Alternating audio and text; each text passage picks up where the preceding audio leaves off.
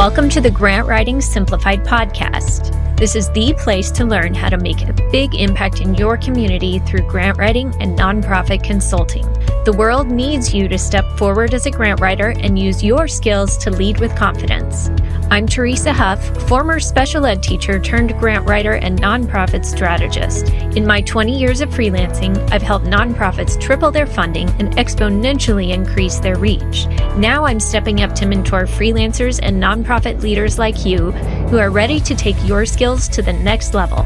It's time to get intentional about your vision so you can create lasting change in your community. Learn the skills and strategies you need to become the grant writer the world needs. Let's do this.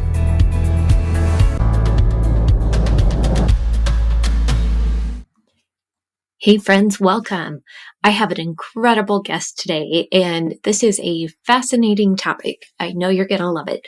Last week, we talked about addressing red flags in our organization, especially in how it relates to our grant applications.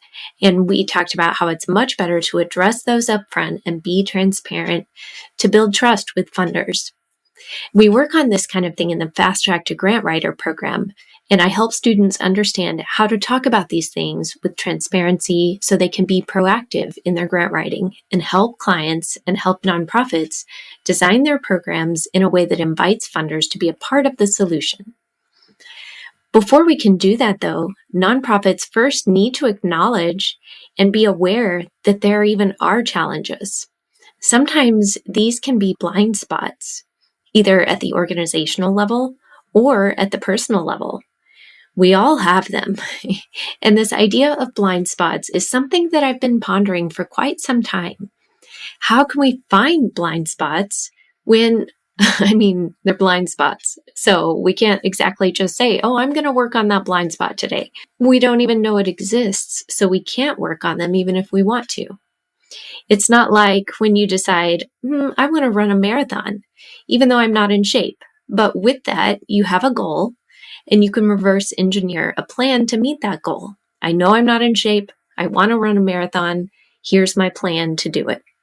But blind spots, those aren't so easy. Blind spots are elusive. First, it's partly because we don't know what we don't know. And secondly, with a lot of the grant writers I coach, they also don't know what they do know. So we have to do some digging to help uncover that and help them see that and connect the dots. We can ask others about our own blind spots, and sometimes that might help reveal clues, but not always. Blind spots are really tricky because they can also change in different seasons as we grow and as we go through different situations. That's a part of the process. And rather than being afraid of what we'll find, we really are better off to lean into the process and have a willingness to uncover them, because they're only going to make us better when we discover and be aware and work on those. If we're open to growth, this is a really healthy step. Uncovering and addressing blind spots is important at both the personal level and at the organizational level. This is especially true when you're talking about nonprofit boards and internal organizational dynamics. We need to become aware and address the blind spots so that we can have a healthy, growing nonprofit. Now, at first, I thought this process might be a little uncomfortable, but today's guest showed me that it can actually be quite fun and extremely helpful. This is such a fun conversation. Today, I am talking with Likky Lavij. Likky is a sought-after keynote speaker, and he is author of Amazon's #1 bestseller, Death by BS. Likky teaches audiences how to break barriers to unleash their potential. He has over 25 years as CEO of a top IT company, so his extensive experience in executive leadership has given him a unique perspective, and he brings a lot to the table when it comes to helping leaders and organizations understand the layers beneath human behavior and how that impacts their growth and their productivity. You've heard me mention The Go-Giver several times on the show. Bob Burg is the author of that. And Bob has worked with Likky, and he refers to Likky as a transformational keynote speaker. So I highly recommend you take a listen and then reach out to Likky and look at his resources because he has some incredible things available. Get ready to be moved and inspired with insights on how to achieve greater outcomes by navigating through your blind spots. Here we go. Likky, welcome to the show. It is great to have you, and I've been excited to talk with you today about this topic.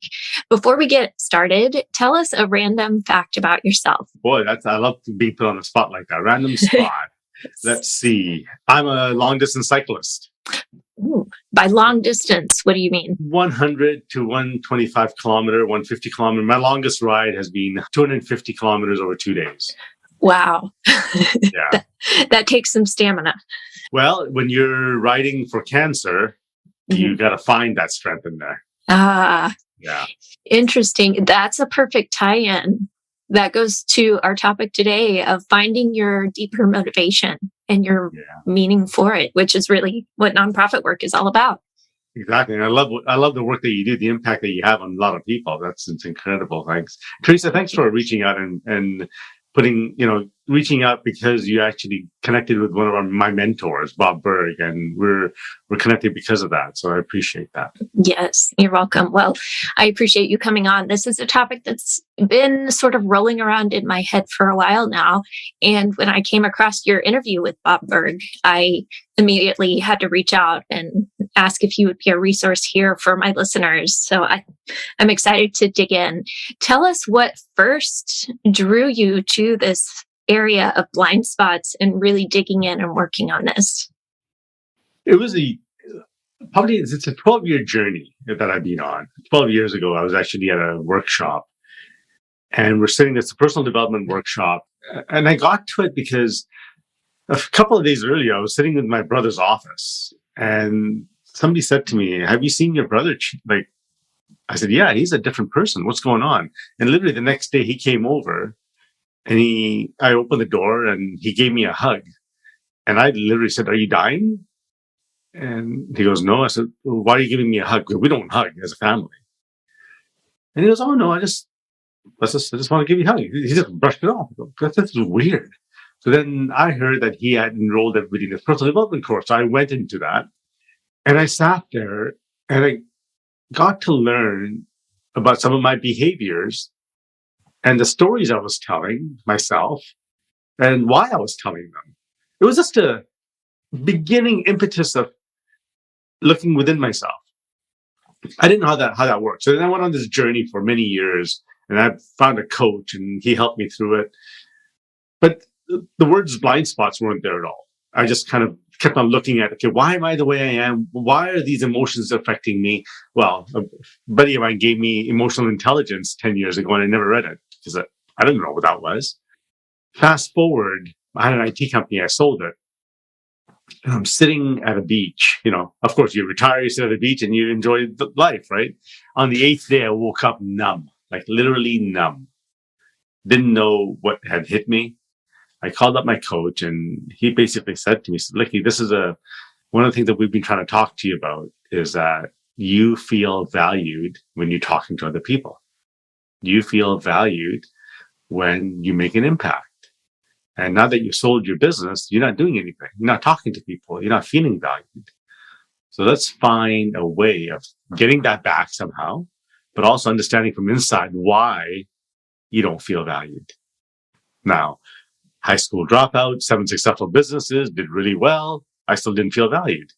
It's an issue there. So I called up my good friend, Bob Berg. I said, "Bob, this is what's happening and I want to maybe work with you." And he goes, "Well, come and become a speaker for us." And I said, "Well, I can't really be a speaker. I've got this stutter." And he goes, "Okay, well, how about being a coach for us?" I go, "Sure." So he had this workshop in Orlando. So I flew to Orlando for this 3-day workshop. On the last day, he does this exercise where he asked me to stand up and he acknowledged me for the person that I am. Kathy, his business partner, gets up and acknowledges me. And then the third person, the fourth person, and I am in tears. And he kind of looks at me and goes, "What's going on?" I said, "I've never heard these words before." And he goes, I wonder if you've never listened to these words before. Let the rest of the people finish. So by the time the 10th person finished, I felt a sense of lightness, and it felt serene. I sat down. That evening, I took a flight back to Dallas, Fort Worth. And I'm sitting next to this passenger for 2.5 hours, and we're talking. In the last 10 minutes, I kind of go to her. I said, did I have a stutter when I was talking to you? And she kind of looks at me weird. She goes, no. I went, oh. Then I went into DFW airport and started talking to strangers to see if actually I had a stutter or not. I get home that night to Vancouver and I tell my wife this, and she says, great, it took 10 strangers for you to listen to what I've been trying to tell you for years. What I'm trying to say is that I wasn't ready to listening to what was good coming my way. I was always good at giving value, always good at helping people out. But when people acknowledged me, I had a hard time. So that whole thing about lack of confidence, closed-minded, the imposter syndrome, I'm not good enough, was all there because I just didn't hear the good that was coming my way. And I never received it, never understood it. And that was my shift. That's when I realized I need to really step forward and start figuring out what I need to work on myself. And then that led to my company, which is Blind Spots Global, with my business partner in Arizona, where we've started this company where we help organizations and individuals find their blind spots. Because they are blind spots, you can't find them yourself. You know, when we're driving, we can look for our own blind spots because we don't want to get hit. But boy, in life, we don't look for our own blind spots. We don't even want to look in the mirror and see what's wrong with us. Right. Mind you, the blind spots. So. What a powerful catalyst. And I find it really interesting that the initial trigger for this stemmed from some really positive things. I mean, we tend to think of blind spots as, oh no, that's something bad. But a blind spot could actually be something wonderful that you are either ignoring deliberately or just not listening to, like you were saying. You know, I never say blind spots are good or bad. It's an emotion or a trigger that is happening and occurring. You just need to manage how it is. This is where that whole self-awareness comes into play, right? There's a stat that says that 95% of us actually think we're self-aware. But in actuality, only 15% are actually self-aware. That's a pretty staggering statistic. So how can we become more self-aware? Yeah. Here's an example. When you're driving, somebody cuts you off. What's your first reaction? Do you get upset? Do you swear? Do you sit there and say, wow, they must be in a real hurry. They need to get somewhere. Have empathy. Whatever your emotion is, whatever your trigger is, understanding what that is and pinpointing it right at that moment, that's starting to become self-aware. When somebody says something you don't like, how do you react to it? When somebody starts blaming you for something, how do you react to it? When you have to get up on stage and say something and speak, what's your emotions that are happening? Is it the fear of imposter syndrome? Why am I up here? I don't deserve this. Or is it that maybe my stutter will come back again?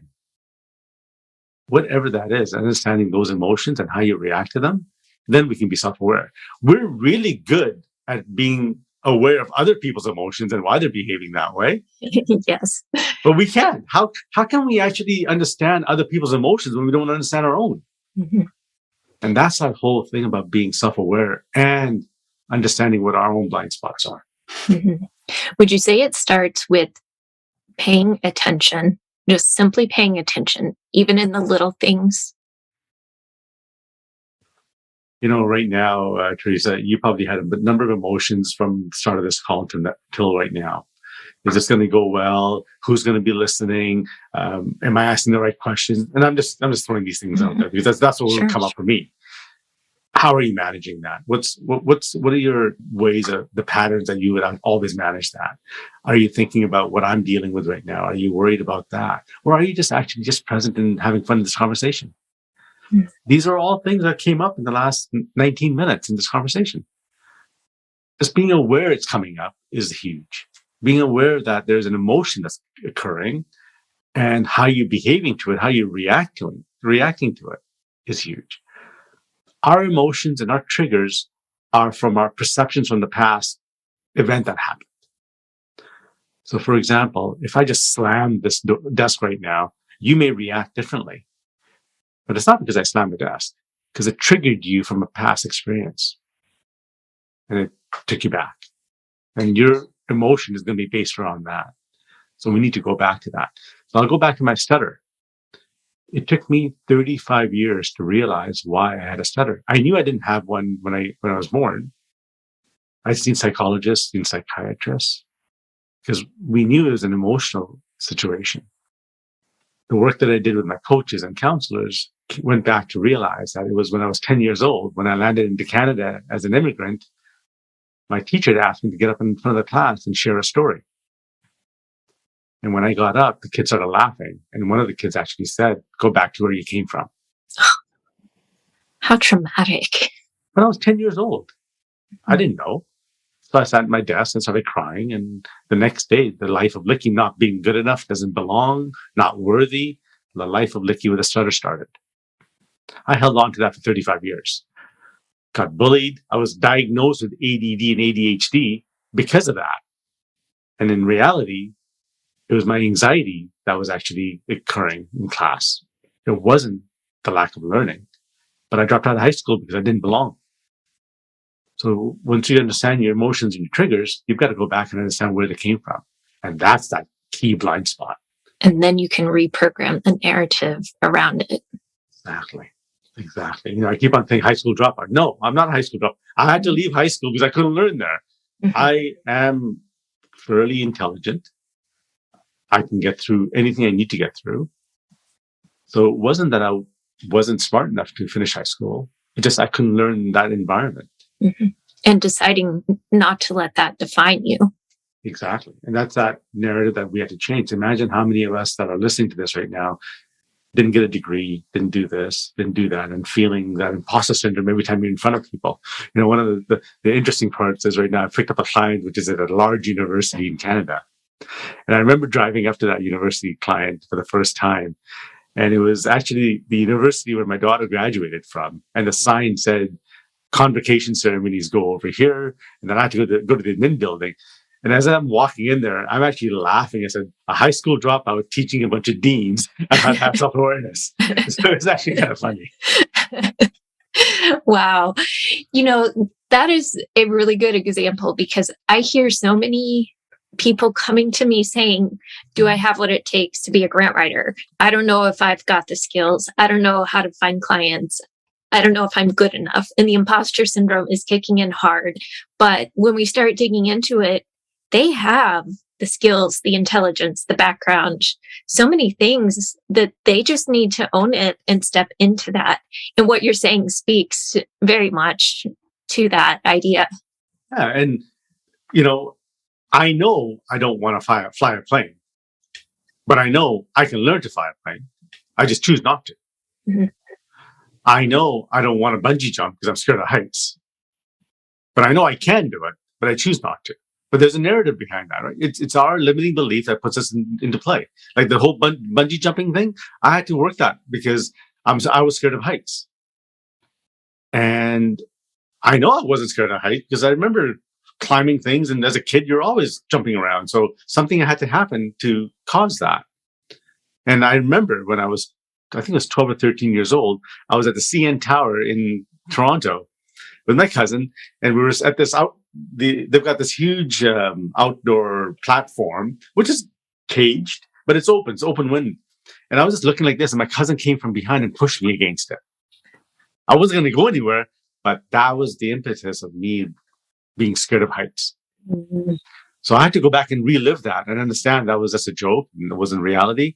And now I still have a bit of issue with heights, but I understand why. So all these limiting beliefs that we have about we can't do this, we don't want to do this, it's just, we can all do whatever we want to do. If we choose not to because of instances happened to us, a situation, somebody said something to you. Somebody said, "Oh, you didn't go to school. Oh, that's okay. I know a lot of people didn't go to school." And right away, you're not good enough, and it sits with you, and you're not worthy. So if I'm going to go apply for a job, yeah, well, I'm not going to show up authentically because back in my mind, I'm not smart enough. So it's flipping that script into something more defined and a choice. It is. Teresa, understanding your own blind spots is a journey.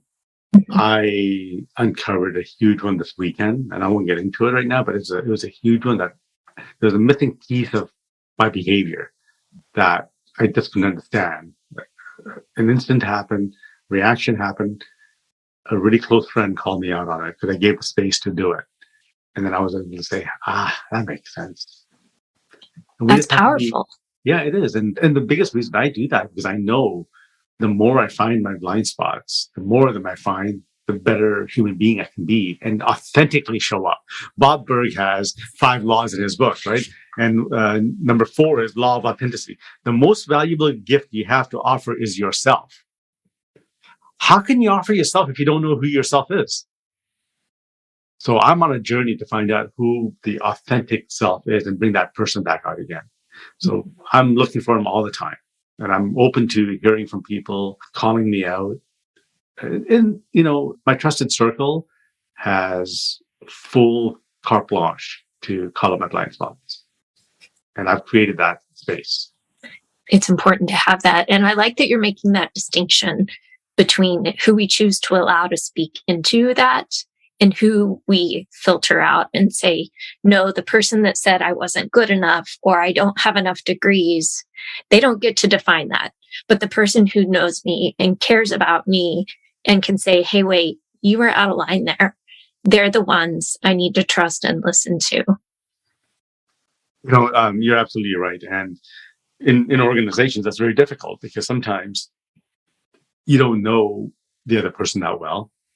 Yes. So what we ended up doing was a business partner, Kevin, he created a online assessment called Blind Spots Assessment. And we'll put the link in the show notes, I guess. Yes. But, everybody should take that because it's a great way of understanding what your common blind spots are based on your behavior. And understanding those is great. And then what we did was we launched a thing called Leader's Guide Journey, where you in an organization can take this assessment and talk about and be vulnerable with each other and understanding what your own blind spots are. So, Teresa, I can't remember, you've taken the assessment. What was your style? Do you remember? It was I believe, analyzer. Analyzer. Oh, perfect. So we are the opposite. You were the opposite. I'm a connector. You're the analyzer. I felt like you had been sort of spying on me, even though we hadn't met yet. Like, oh, how did he know me so well? Yeah. Well, as an analyzer, you need details. You need systems in place. You can't just react like this, right? And here's an example. With my wife and I would call her up back in the day and say, let's go on a holiday. And the next day, I'd get this 30-page email about Hawaii and the sand we're going to be stepping on and the restaurants we're going to go to and the history there. And I'm like, I just want to go on a holiday. I just want a nice getaway. Yeah, we wouldn't go because I didn't want to read those 30 pages. Mm-hmm. And then, and then vice versa. I'd be driving around and I'd come up with this business idea or I'd see this car and I'd call her up and say, look at this. And she's like, oh God, here he goes again. He's going to create more stuff or buy more stuff. And it's not, I'm just throwing stuff on the wall to see what sticks. That's my creativity. I'll tell a story. Like in the last 20 minutes, I probably told you 5 stories. I'm a storyteller. But I've also realized that if I'm talking, so fast forward, when we went through this assessment and understood our styles, now what would happen is the email back would say in the subject line, Hawaii, 12 days, X amount of dollars. Then the 30-page email, because she needs to communicate that way. She knows what I need. And then that allowed me to read the 30 pages email because now I'm interested. It gave you the hook to get your attention. Exactly. And then when I'm telling a story or some idea, I just have to say, hey, I'm just throwing stuff on the wall. I want to see if it sticks. What do you think? So I get that space of saying, I'm not actually going to do this. I'm just thinking about it. So you got to meet in the middle. So now imagine in an organization, when you don't know styles and you're an analyzer, I'm a connector, I'm a storyteller. You're like, can I have some details, please? Impromptu meetings, for example. Hey, can we have a meeting, Teresa, this in a couple of minutes? And you're like, what's the meeting about? Why are we having a meeting? It's not on my schedule. What are you talking about? And I'm like, yeah, I was thinking about this. What do you think? How do you think we can come up with this idea? And you're like, you're not making any sense to me. You're like, why are we having this meeting? And what I need to know as a connector is I can't call an impromptu meeting for you. It doesn't work for you. I have to send you an agenda or some thoughts beforehand so you can get grounded for that. Mm-hmm. But in organizations, we just don't do that. We don't understand other people's styles. Well, there's 8 different styles. We need to understand all 8 styles, and you can actually make things happen that way. My business partner and I are fairly opposites, but we get along really well because we know our strengths. We know how we need to communicate, and we make things happen because of that. It's helpful for yourself and for communicating with each other. I could see that being extremely useful, especially for nonprofit boards, the staff too, but especially with board members and needing to understand themselves first, but then also the dynamics of interacting. You say the word not-for-profit boards, and what occurs to me is that incredible human beings are involved in this cause to help that cause. They want to be part of it. They want to help them out. But then there is uncertainty, unknowing, and they're there for their own purpose, and the other person's there for their own purpose. The communication's not exactly right. There's an agenda for this. There's an agenda for that. We need to be able to communicate, especially at that level, to understand why we're there, understanding who we are as human beings, and what brought us there, and what brought other people there as well, and work together so that we can achieve the greatest outcome that's possible, which is helping the cause. Mm-hmm. Yes, it's about the common mission, but the driver behind each person coming in could be very different. Yeah, and that's okay. Difference is okay as long as we're going for the common goal and collaborating and communicating in a right way. And understanding whether you're an analyzer or a connector or a competitor and a peacemaker, right? Whatever your style is, if you all understand what those are, then you can communicate it by meeting in between, in the middle, and then getting an incredible board happening, an incredible organization occurring. Do you think it's important to have a good mix and a good balance of different styles? That's a great question. When I go into organizations and we do this assessment, and all of a sudden there's a big gap, right? And there's too many in one style. So I usually get the question from HR or CEO, so should we fire somebody? Or I said, no, you don't need to fire anybody. But the next time you're hiring somebody, write your job description based on what's missing in your organization, so you can fill that gap. Mm-hmm. So yes, it's wonderful if you have a mixture of everything in an organization, because then you can work with different styles, different approaches, understand things a little bit differently. Knowing what is missing and why it's missing is also the key. It starts with that awareness. Yeah, I can't stress how important, and blind spots, self-awareness, emotional intelligence, they're all tied in together. I'll ask you a question. When's the last time you looked in the mirror without actually doing your face up? Just looked in the mirror and looked at yourself and saw the real person. I don't know. I don't do that very often. Yeah. How uncomfortable is it to look at yourself on Zoom right now? I had to really get used to it. Yeah. And I'm looking at you. I'm not looking at my own video, except to glance and make sure my hair is still in place. That's all. Exactly. Yeah. And we look in the mirror because we want to make sure we show up properly. Mm-hmm. Look in the mirror to see who you are, not how you show up. Mm-hmm. That's powerful. And, it can be uncomfortable uncovering some of these things, whether literally in the mirror or with these blind spots. What advice or encouragement do you have around that? Because we have to be willing to get a little uncomfortable, but knowing it's going to get better. It's for our own good. It doesn't get uncomfortable. It actually is a lot of fun. So, the blind spot assessment, the leader's journey, that's a great way for organizations. I'll tell you a story about, me, the storyteller. So I'll tell you a short story about one of the biggest changes for me that happened. I was at a course in New York a couple of years ago, and I asked my inner circle there, my little cohort, how do I show up when I walk into a room? And they kind of looked at me, they laughed. They go, "Are you sure you want to know?" I go, "Yeah, of course I want to know." And they go, "Well, you show up as a pompous blank." And I kind of look back, I go, "Really? Tell me more." And they go, "Well, hang on. You show up as a pompous blank until you speak, then you're warm, kind, and gentle." I go, "What does that mean?" He goes, "Well, you love dressing up." So, I mean, COVID, I've taken my clothes away. I mean, but before that, I'd go dressed with loud jackets and loud shirts. I love that. That's my self-expression. That's my identity. But then the bigger key was I wasn't smiling when I walked into a room. And I didn't smile because I think I have bad teeth. So I used to hide it. I've hidden it for many years. So am I smiling right now? A little bit, maybe. A little. Bit. Yeah. So now I have to actually, off and on. Yeah, I had to really smile with my eyes and with my face now to really show up that. When they told me that, I was blown away. I never wanted to be known as that, but that's not who I am. Authentically, I'm not pompous. But you probably didn't think you were. No, they didn't think I was until I spoke. But they said, my question was, how do I show up when I first walk into a room? Mm-hmm. So if I walked into a room and you were there for the first time, what would your impression be of me? And that's what I wanted to know. Mm-hmm. That's a good question. It is. And how many leaders will actually ask that question? Mm-hmm. Not many. How many leaders will actually listen to it? And want the feedback, the true shoot straight feedback. Yeah. So that was an interesting exercise. And then I walked into a networking event just a week or so later, and I was still dressed up, but I walked in smiling. And right by doing that, people actually approached me to talk to me.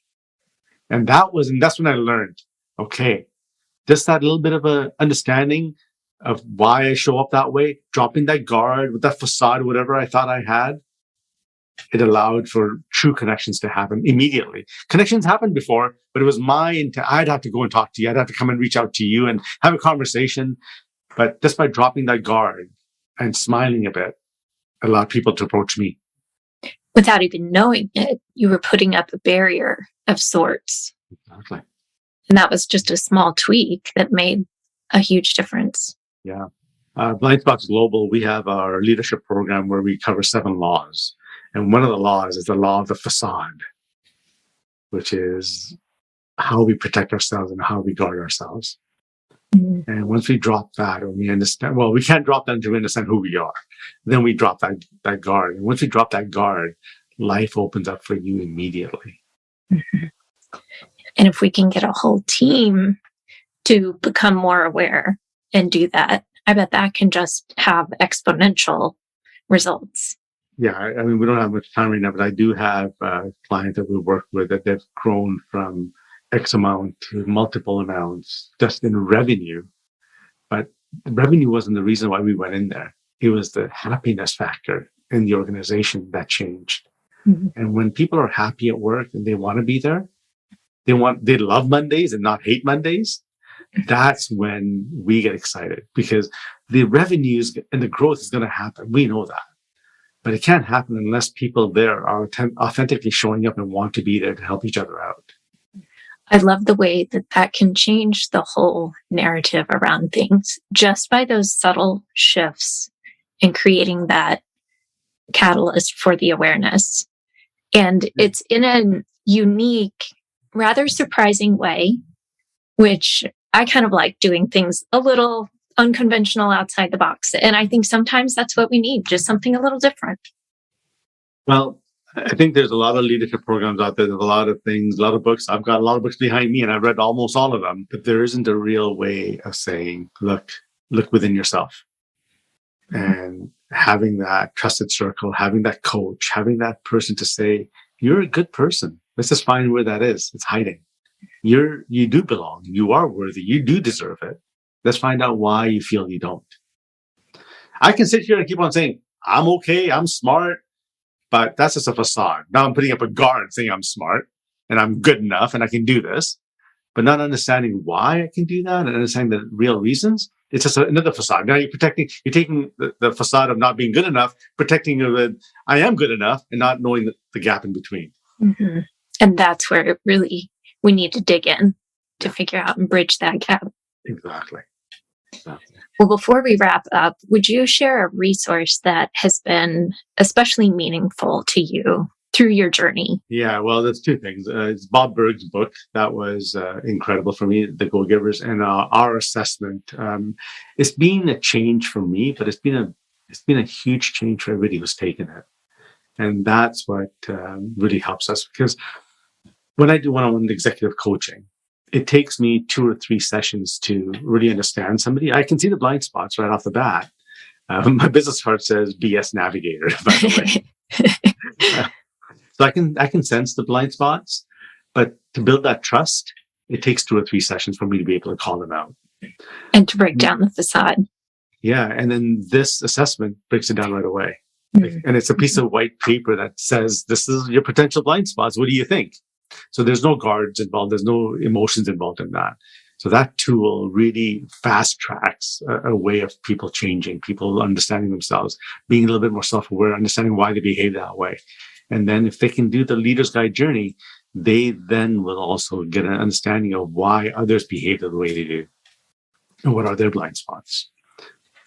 I really like how you have taken something that can be so messy and emotional, and you have made it somewhat more objective, like you said, and more quantifiable to where we can step away from that emotion and realize, okay, there's a reason for this. There are things I can be doing to make progress and help uncover those. Like you said, with it, making it more neutral as opposed to positive or negative, just looking at, okay, here's how I'm wired. And I also really appreciate that you highlight that it's a journey. It's not you've got to get there to that spot. It's got to be perfect. It's a process, and it's an ongoing process that we just need to lean into. I love that. A couple of things. Spoken like a true analyzer. The word like quantifiable. I love that. But yes, it is a journey. And you have to understand that we're always on a journey. There's no end result. We're on a journey to better improve ourselves. I'm 55 years old, so I've had 55 years of bad habits in me, 55 years of narratives. It's not going to change overnight, but stepping into saying, I want to change and I want to understand why I'm this way. Okay, great. Let's work through that. And it's not going to take me 55 years. Like I said, I've been on this journey for 10 years. And within the first few months, I realized some of the things. And that's when I started shifting. So don't be scared of committing to that process. It's an incredible journey to better yourself, better the people around you, have some incredible relationships. And sometimes you'll realize why your relationships aren't working, and then you'll move on. That's a beautiful picture of encouragement and just a way to lean into it. And I appreciate that. And I know our listeners will appreciate it as well. Tell us where people can connect with you online if they want to learn more or follow your teaching, and definitely to take the assessment.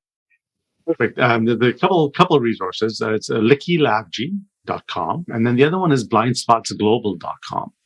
At Blind Spots Global is our company where we go into organizations and help organizations reach out, understand their blind spots, and deal with empathy and self-awareness. And that allows teams to grow. And then under Likky Lavij, you get a chance to take the assessment as well, and also see the resources that we have available for you. And reach out to me, and we're happy to help out anybody one-on-one as well. Perfect. I will link to everything in the show notes to be sure people can link through to access that. I so appreciate this conversation because, as we've said, nonprofit leaders have such good hearts. They want to help. They're there because they care about the mission and making an impact. But sometimes we have these invisible hurdles that are stopping us from being as powerful as we could in that. So I really appreciate you providing this resource. You're welcome, Teresa. Just a quick note at the end. I launched my book last year, Death by BS, which is on behind you right there. Somebody asked me, what's that book about? And I said, it's an apology to all of my employees and vendors and customers I had for 25 years when I had my IT company. And they kind of looked at me and go, it's an apology book? I said, yeah, I'm actually coming out and saying why I was the way I was, when I didn't trust people, when I had an issue with that. So my biggest opening was when I actually put it on paper and let go of what I was holding on to. And made it public. Did that take a lot of courage, or was it time? It was both. It was courage. It was when people started reading it, it really affected their lives. And then when a few of my ex-employees read it, and they reached out and said, thanks for saying what you said, but you actually made a bigger impact on us by the way you are as well. And so I am the way I am today because of the work that you did for us, the way you did it. But now I understand why you were that way. So there's pros and cons to both approaches and the way I did it. But it was me being open and authentic and vulnerable, saying, yeah, look, I am a human being. I don't have this facade that I want to portray out there. And I want to help people. And I am back to who I authentically am. And that was a fun journey to be on. And it's still, the journey continues still. We are all a work in progress. Yes. Well, that's now on my reading list to make sure and check that one out too. Excellent. So thank you so much. This has been delightful. Thanks, Teresa. Thanks for having me on. And I acknowledge everybody for listening on this, because that's the first step of saying, I want to be self-aware. Yes, I agree. Well, thank you. All right. What do you think? Did this open up some new ideas and some thinking for you today? I hope it created a willingness to lean into your blind spots, whether it's personally or as an organization. So my challenge question for you today is, what have you uncovered, either about yourself or your organization? I encourage you to go check out Likky's blind spot assessment and see where you land. I think you'll find it really insightful. If you're interested in the nonprofit context, I have a couple of tools to help you as well. Grant writers, you can go take the quiz, Do You Have What It Takes to Be a Grant Writer? At teresahuff.com/quiz. And nonprofits, you can take the grant readiness audit at teresahuff.com/grant-ready to see where you land. All right, friends, keep up the good work. Go check out your blind spots and have fun with it. I think you'll enjoy it. Have a great week and go change your world.